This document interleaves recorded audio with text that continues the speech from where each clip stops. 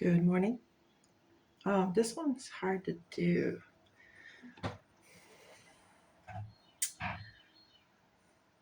Um, I wanted to. This one struck me. This verse struck me right after Emma died. Actually, it's in two different chapters. It's in Mark and Matthew. But yeah, this one struck me, or I guess, as a Christian would say it, the Holy Spirit gave me this one right after Emma died. And this is Jesus telling everybody that he's going to die. I think this is the first prediction of his death. And he's telling everybody he's going to die. And Peter comes up to him and he's like, no, this, not you. This can't happen to you, right? So then we're in, by now, shoot. Mark 8:33. I love both translations again. This is the New Living Translation I'll start with. Because the way it's phrased is completely different from the King James again. And it gives you two completely different perspectives, even though it clearly kind of means the same thing. I love words. Mark 8:33. Jesus turned around and looked at his disciples and then reprimanded Peter. "Get away from me, Satan," he says. "You are seeing things merely from a human point of view, not from God's." Then calling the crowd to join the disciples, he says, "If any of you wants to be my follower, you must give up your own way, take up your cross and follow me. If you try to hang on to your life, you will lose it. But if you give up your life for my sake and for the sake of the good news, you will save it." So actually that was 34 and 35. Well, you guys, you're supposed to read all these in like the whole context, the whole story. So what's interesting is, and I'll read the King James real quick here too. Actually, I'll read it out of Matthew because I already have the page open in Matthew. So this is actually a different gospel, but it's the same story happening. Matthew 16.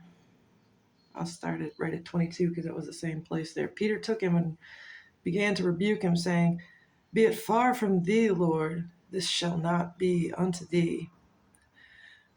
But he turned and said unto Peter, "Get thee behind me, Satan.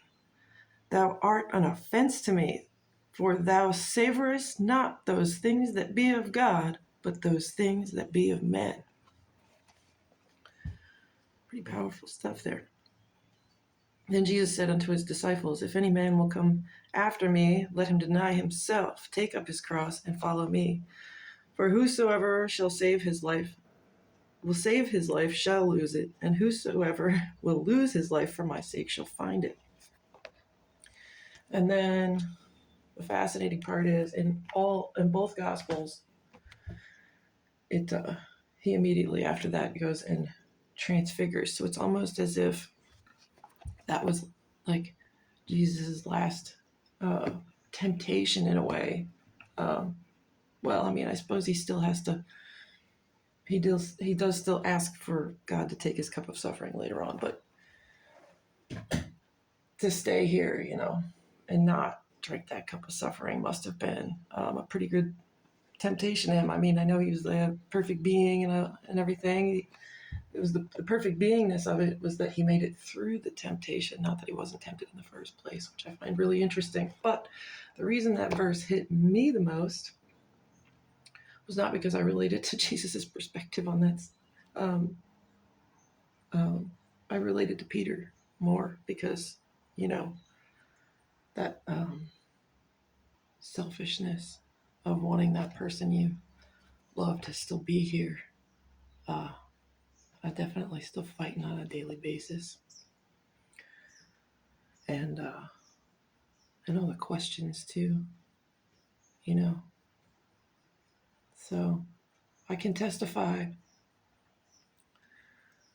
that she's in heaven. I know that. But that doesn't mean that I don't miss her and think about how we could have spent all summer together. And yeah,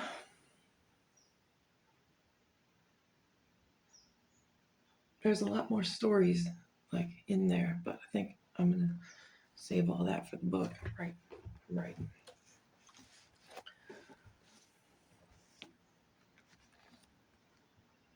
It's interesting people use that quote so often. Get away from me or get behind me, Satan, without really knowing that particular context. And I hadn't really known that. I've heard that quote a bunch of times too, and never knew the context um, until I came and read and was like, wow, he's actually talking about dying. So, yeah, and then he transfigures in every variation of the story after that. And I felt, to be completely honest, I felt transfigured by her death myself. To be able to relate to both Jesus and Peter, to have Jesus tell me, not to remind me just in the most crucial moment, not to look at things from a human perspective. I needed that. So I'm sure we all can. Bless you.